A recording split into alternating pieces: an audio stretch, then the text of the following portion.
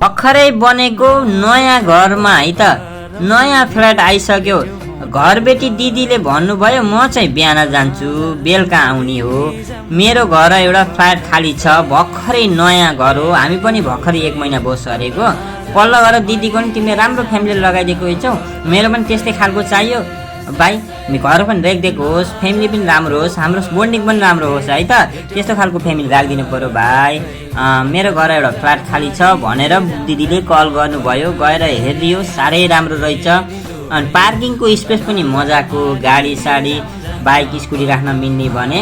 जाने बित्तिकै हलको स्पेस देख्न सकिन्छ, टाइल्स मार्बल लागेको, भर्खरै दुलै जस्तो सजेर बसेको। अनि साइडमा एउटा रुम छ है। अनि टोयलेट बाथरुम पनि वेस्टर्न टाइपको, कम्बो टाइपको छ भने, बेसन मिरर भएको एकदमै नयाँ घरमा।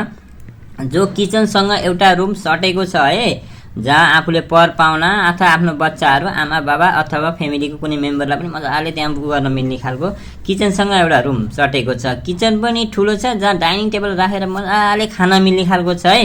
र यस्तै नयाँ फ्ल्याट भर्खरै बनेको, 1 महिना भयो भर्खरै फिनिसिङ भएको। यति नयाँ फ्ल्याट कसैले खोजिराख्नु भएको छ भने स्क्रिनमा दिएको नम्बरमा हामीलाई सम्पर्क गर्नुहोस्। यसको भाडा रकम चाहिँ 15,000 मात्रै हो है। पछाडिपट्टि चाहिँ कपडा सपडा सुकाउने ठाउँ पनि बनाइदिनु भएको छ दिदीले। पानी 24 घण्टा आउँछ। कसैले खोजिराख्नु भएको छ भने स्क्रिनमा दिएको नम्बरमा सम्पर्क गर्नुहोस्। र हजुरको घर पनि रुम फ्ल्याट खाली छ, लगाउनु पर्ने छ भने पनि हामीलाई सम्पर्क गर्नुहोस् र फलो पनि गर्नुहोस्।